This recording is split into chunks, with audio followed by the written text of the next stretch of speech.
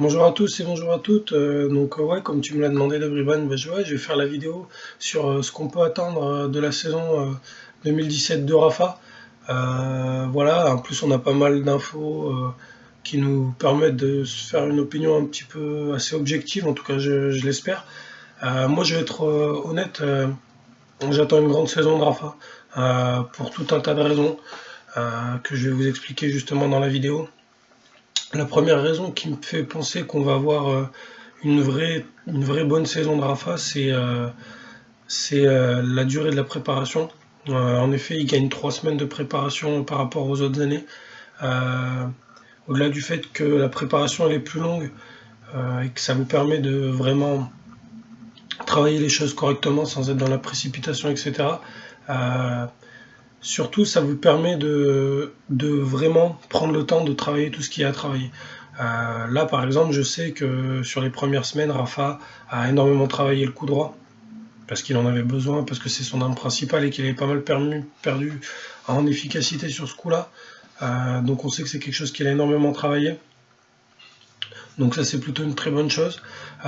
Ensuite, Rafa, en ayant du temps, ça lui permet aussi de faire un gros travail physique et on sait que c'est ce qu'il a besoin parce que Rafa c'est un joueur, s'il n'est pas à 100% physiquement, il peut pas espérer aller loin dans les tournois. Il est trop dépendant de son état physique, il est trop dépendant de sa forme athlétique. C'est un joueur, c'est pas comme Roger. Roger, lui, en étant un peu diminué physiquement, il va pouvoir prendre la balle tôt, venir au filet, etc. Rafa, il n'a pas ces options tactiques dans son jeu. Donc lui, il est vraiment dépendant de son état physique et chaque match, pour les gagner, il a une débauche d'énergie qui est bien supérieure à ce que doivent faire certains joueurs. Donc déjà en gagnant du temps dans la préparation, effectivement ça vous permet de faire une vraie prépa physique, ce qui à mon avis n'a pas été le cas les dernières années. Je pense surtout l'année dernière, quand on voit l'état de Rafa en Australie, où il perd au premier tour contre Verdasco en finissant très mal physiquement, la tournée sud-américaine très mal, Miami très mal, quand je vois tous ces tournois-là, je me dis que physiquement il n'était pas prêt. Là apparemment c'est pas le cas et là où c'est super intéressant c'est l'interview que je vous ai mis du coach de Joao Sousa où lui il dit qu'il a clairement noté une grosse différence au niveau physique pour Rafa entre l'année dernière et cette année. Il dit que Rafa joue beaucoup mieux, qu'il se déplace beaucoup mieux, que sa balle voyage beaucoup plus vite. donc, euh, donc ça c'est de bon augure. Donc déjà ça c'est la première chose. La deuxième chose qui me fait me dire que Rafa va connaître une bonne saison, c'est que cette année au final il a assez peu joué. Il a été beaucoup blessé, il a fait beaucoup de forfaits, il a perdu tôt dans beaucoup de tournois, ce qui fait qu'il a une saison où il a peu joué. Euh, donc déjà ça veut dire que physiquement il a fini la saison en étant très frais. À part en réalité, si vous regardez bien et de manière totalement objective, à part l'enchaînement Jeux Olympiques, Cincinnati qui physiquement a été très dur pour lui, où il était très fatigué, il a eu aucun tournoi qui l'a usé physiquement. Aucun. L'US Open, il a un gros match contre Pouille qui perd, où il finit ouais, fatigué, mais c'était qu'un match, donc je pense que 48 heures, même 24 heures plus tard, il devait être totalement remis de ce match-là. Ensuite, c'est que contrairement à d'autres années où Rafa était blessé, cette année, Rafa il a une blessure, mais qui est pas grave. Qui est pas grave et qui est au poignet. Ça change quoi? Quand vous avez une blessure grave au genou, comme ça a pu être le cas par moment, euh, vous, ça vous prend énormément d'énergie de revenir. Parce que c'est des blessures qui, un, sont douloureuses, deux, concernent les jambes. Donc automatiquement, plus vous allez vous blesser souvent au même endroit, et bien plus vous allez perdre en mobilité à ce niveau-là. Il suffit de le regarder. De Bruyne, tu me demandais pourquoi Rafa, euh, tu le trouvais beaucoup moins véloce, beaucoup moins vif, et tu as raison. Mais ça vient uniquement du fait que ses genoux, il se les est blessés 15 fois, 20 fois peut-être. Et qu'à force, plus vous blessez dans une zone, moins c'est scientifique, moins votre cerveau est en contact avec cette zone et plus vous avez tendance à vous écarter de cette zone-là. Et vous perdrez en contrôle. Ça, c'est pas moi qui le dis, ce sont les médecins, ce sont les scientifiques. Donc aujourd'hui, Rafa, il a eu les genoux qui ont été blessés constamment et qui fait qu'il a perdu le contrôle, il a moins de contrôle sur cette partie-là de son corps, c'est physique, c'est physiologique.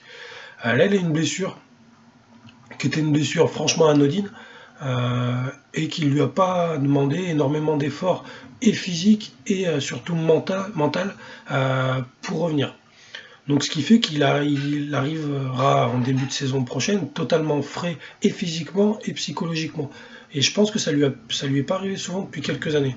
On se rappelle de la blessure des 7 mois où Rafa est revenu et a joué le meilleur tennis de sa vie. Franchement, ça c'était un miracle. Ça aurait jamais dû se produire et je pense que même Rafa aujourd'hui, il sait même pas pourquoi ça s'est passé aussi bien dès son retour. Donc voilà. Après, il y a aussi, pour parler de ce que j'attends de Rafa, il faut aussi voir, parce que Rafa, il joue pas tout seul, il va jouer contre des adversaires. Les deux adversaires principaux de Rafa l'année prochaine, les trois, ça va être Raonic, parce que ouais, je le mets dans le débat à partir de maintenant, parce que je pense que dès l'année prochaine, il peut gagner un Grand Chelem. Ça va être Raonic, Djokovic et Murray, évidemment. Murray, pour l'instant, il a pas repris l'entraînement, ou alors il l'a repris tout dernièrement, il n'a pas donné d'infos. Murray, il a fait tellement d'efforts l'année dernière, il a fini tellement usé physiquement et surtout mentalement, que sincèrement, je ne le vois pas refaire une grosse saison. Ou alors, pas un bon début de saison. Ou alors, il aura un trou, c'est obligé. Il a fait trop d'efforts. Il a fait trop d'efforts sur la deuxième partie de saison, il a trop joué. Il connaît pas. Il connaît pas ça. Tête de série numéro 1 au tournoi, être l'homme à battre. Numéro 1 mondial, ça veut dire que tous les mecs, quand ils rentrent sur le court, ils veulent absolument vous battre parce que vous êtes le numéro 1 mondial et que battre un numéro 1 mondial en carrière, quand vous êtes 50e, 60e mondial, c'est le match de votre vie. Rafa a connu ça, Novak a connu ça, Roger a connu ça. Et donc tous les mecs, ils vont se dépouiller pour essayer de le battre. Donc Murray va avoir une saison difficile, plus la pression à gérer, parce que quand vous êtes numéro 1 mondial, si vous perdez en demi-finale, c'est un mauvais résultat. Alors qu'avant, avant pour lui, une demi-finale, c'était un bon résultat et ça le permet de le laisser dans le Big Four. Aujourd'hui, ça sera plus le cas, on va attendre de lui qui gagne, qui gagne et qui gagne. Et ça, psychologiquement, c'est dur à gérer. Et en plus, je pense qu'il aura une préparation tronquée, donc ça ne m'étonnerait pas de le voir pas à son meilleur niveau en Australie. Novak, c'est la grosse inconnue. Novak, c'est la grosse inconnue. Il a changé son staff, en tout cas Boris Becker. Je pense qu'il va reprendre Marian Vaida, qui est pour moi une bonne idée, parce que c'est un homme de confiance, un gars qui a été là depuis quasiment le début avec lui. On sait que les deux hommes ont une relation un peu compliquée, un peu conflictuelle, mais que les résultats ont souvent été là. Je pense que tennistiquement, il n'a pas besoin d'apprendre grand-chose. Je pense que le tennis, il le connaît, que ses coups, il les connaît. Donc je pense qu'il a enlevé Boris Becker parce qu'il devait y avoir des désaccords dans leur duo, dans leur trio, parce que Marian Vaida était là aussi. Donc Novak, on ne sait pas. Si on regarde objectivement, depuis son titre à Roland-Garros, il a quasiment eu que des mauvais résultats. Ou en tout cas que des déceptions. Il perd contre Gilles Muller à Wimbledon, c'est un mauvais résultat. Il se fait sortir au premier tour des Jeux Olympiques contre Del Potro, certes, mais c'est un mauvais résultat. Après, il doit gagner un des deux Masters 1000 à Toronto, ou je sais plus où. Bref, après, il perd en finale de l'US Open contre Wawrinka. Derrière, il perd en finale du Masters contre Murray. Bref, énormément de défaites, énormément de désillusions. Et surtout, mentalement, moi, je ne l'ai pas trouvé bagarreur du tout. Donc, on ne sait pas non plus où est-ce qu'il va être. Raonic, je le mets dedans parce que déjà, parce qu'il est au classement, il est là. Mais Raonic, c'est jamais un joueur qui a posé énormément de problèmes à Rafa tactiquement. Les gros serveurs, Rafa, il les adore. Il prend pas beaucoup de plaisir à les jouer, mais il les bat quasiment tout le temps. En plus, il a décidé d'arrêter avec Moya, qui pour moi est une mauvaise idée. Et en plus, Moya rejoint qui? Rejoint le clan de Rafa. Donc s'il se joue, ça fait un avantage en plus pour Rafa, qui aura l'entraîneur, ou en tout cas l'ancien entraîneur de son adversaire. En sachant que même avant, il le battait quasiment systématiquement. Je pense que ça doit faire 6, quelque chose comme ça dans leur face-à-face. Voilà. Donc moi, sincèrement, j'attends une grande saison de Rafa et surtout une grande saison sur terre. Une grande saison sur terre, pourquoi? Parce que là, je viens de lire une interview de Carlos Moya qui explique qu'il sera présent auprès de Rafa à partir de l'Australie. Son premier tournoi, ça sera en Australie. Donc là, ça veut dire qu'il ne fait pas la préparation avec lui. Il va être en Australie, à mon avis, juste pour prendre ses marques. Il ne va même pas diriger les entraînements. Donc ça prouve bien qu'on n'a pas pris Moya pour être performant dès le début de la saison. Et et dès l'Open d'Australie. Voilà. Après, vu le classement de Rafa, l'Australie, ça va dépendre à 80% du tirage. Il est 8e mondial. Il peut prendre Djoko en quart, Murray en quart, Wawrinka, Raonic. Donc beaucoup de choses vont dépendre du tirage. Mais paradoxalement, je pense que celui qui arrive avec le plus de certitude, c'est quasiment Rafa. C'est celui qui aura eu la période d'entraînement la plus longue. Il aura joué avant. Là, il a déjà joué quelques matchs. Il a joué 3 matchs en double. Il va jouer 2, 3, 2, 1, 2, voire 3 matchs à Abu Dhabi. Derrière, il aura Brisbane. Donc, ça veut dire que si tout se passe bien, il aura quasiment tout confondu, une dizaine de matchs dans les pattes avant d'arriver en Australie. Double et simple confondu et Abu Dhabi compris. Une dizaine de matchs, c'est pas mal. Physiquement, son choix d'aller à Brisbane est de bien meilleure qualité. Les conditions sont les mêmes. Par exemple, l'année dernière, il avait fait finale à Doha, mais à Doha, il fait 5-6 degrés, alors qu'en Australie, il va faire 35. Là, il va aller à Brisbane, les conditions vont être exactement les mêmes, il va faire 30 degrés. Donc ça veut dire qu'il va être, avant l'Australie, il aura eu 15 jours, presque 3 semaines même, parce qu'il va être à Brisbane quelques jours avant le début du tournoi. Il aura eu 3 semaines pour s'acclimater. Alors que quand il allait à Doha, généralement il finissait Doha, il allait là en Australie. Vu qu'il allait toujours loin à Doha, parce que Doha il l'a gagné, il a souvent fait finale, ça faisait qu'il arrive en Australie une semaine avant le début du tournoi. Là il aura au moins 2 semaines, 2 semaines et demie, voire peut-être 3 selon quand est-ce qu'il arrivera à Brisbane, dans les mêmes conditions. Donc ça change quand même pas mal de choses en termes de préparation. Gagner en Australie, sincèrement j'y crois pas. Ça me paraît trop tôt pour lui.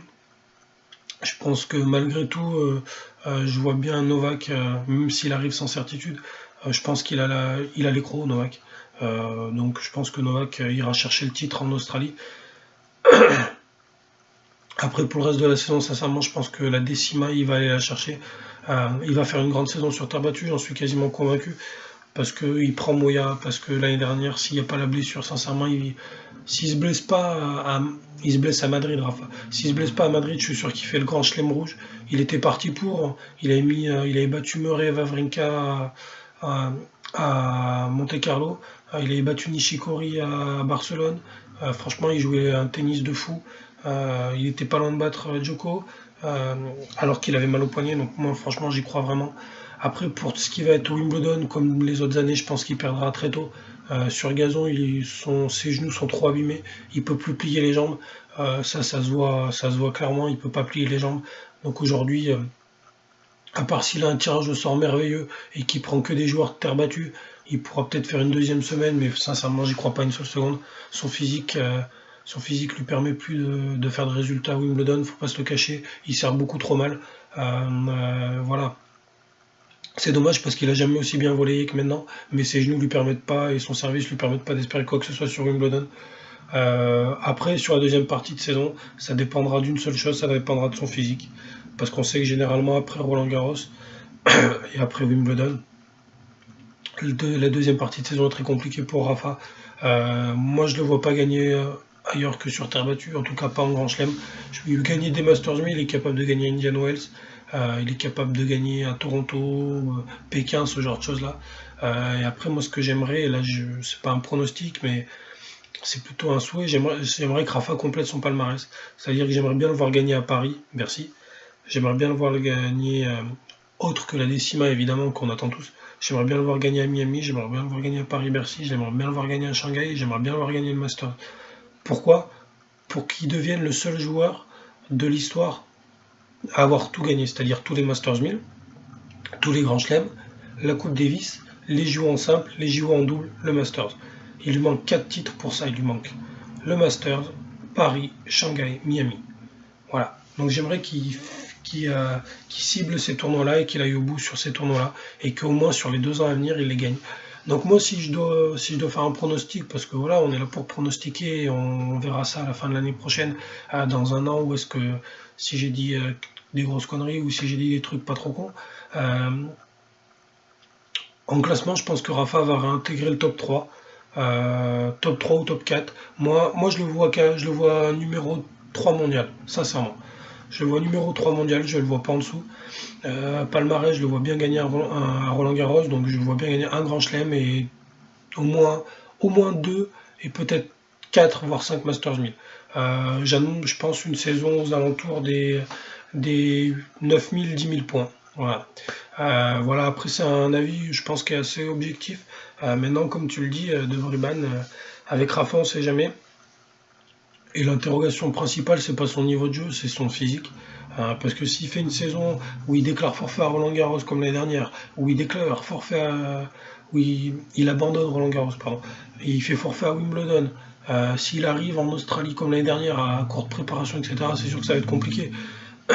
Mais tennistiquement parlant, il peut même, en termes de qualité de tennis pur, il peut même être numéro 1 mondial, hein, sincèrement.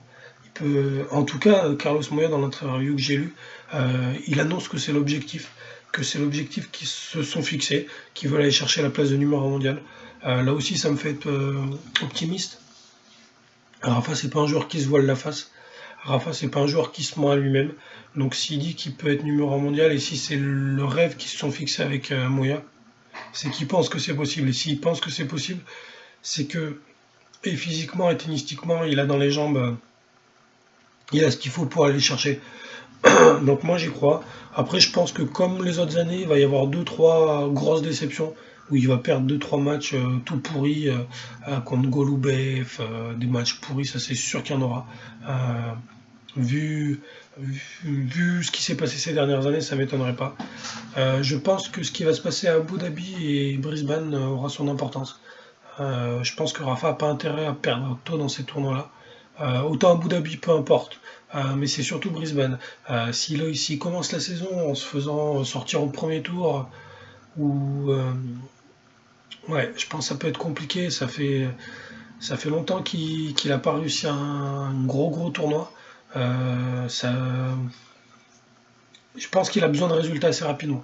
Va falloir qu'il soit bon en Australie. Moi, en Australie, je le vois en quart de finale. Je le vois, ouais, je le vois en quart de finale. Ça serait le minimum syndical pour pas perdre en confiance. Ça lui permet de reprendre des points. L'avantage qu'il va avoir, c'est qu'il va arriver en Australie avec aucune pression. Il a perdu le premier tour l'année dernière, donc il ne peut pas perdre de points. Si jamais il venait à faire un quart, une demi, voire plus, comptablement, il ferait une grosse opération et il réintégrerait le Big Five, le top 5 quasiment directement. Après, en Australie, l'Australie, c'est assez ouvert finalement. Parce que c'est le premier tournoi de l'année, parce qu'il y a des joueurs qui n'arrivent pas à régler, il y a des joueurs qui ont du mal dans leur prépa, il y a des joueurs qui n'ont pas encore digéré la saison d'avant. Va y avoir un tirage au sort qui va être particulièrement intéressant à suivre et qui va être particulièrement décisif pour savoir qui va gagner le tournoi. Parce qu'on a un classement qui est complètement fou, avec Federer qui est pas dans le top 8, avec Nadal qui est 8e mondial, avec des mecs qui sont pas tête de série qui peuvent être très dangereux, je pense surtout à Verdasco par exemple. Voilà. Et puis parce que on a des joueurs qui mine de rien vieillissent. Les 4 là, ils ont tous 30 ans, ou ils vont les avoir l'année prochaine, ou ils les ont déjà. Donc voilà, et puis Federer, dont on parle pas, il a repris l'entraînement, lui il a repris l'entraînement bien avant Rafa en fait. Il a repris l'entraînement bien avant Rafa. Et Federer, s'il arrive prêt physiquement, il peut faire quelque chose. Donc voilà, donc moi j'annonce une grosse saison de Rafa.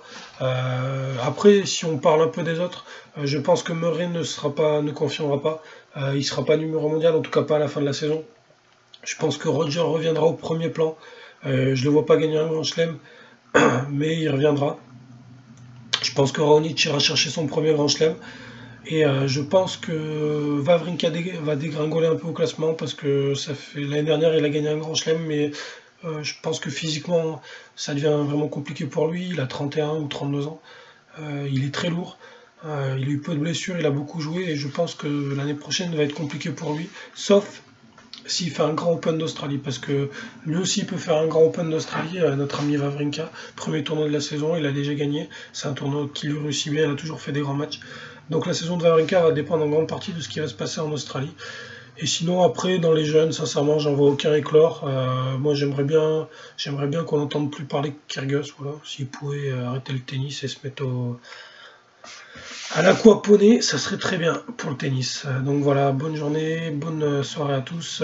Merci pour vos commentaires, c'est toujours sympa. Et si vous avez des questions, des vidéos à me proposer, évidemment, vous n'hésitez pas.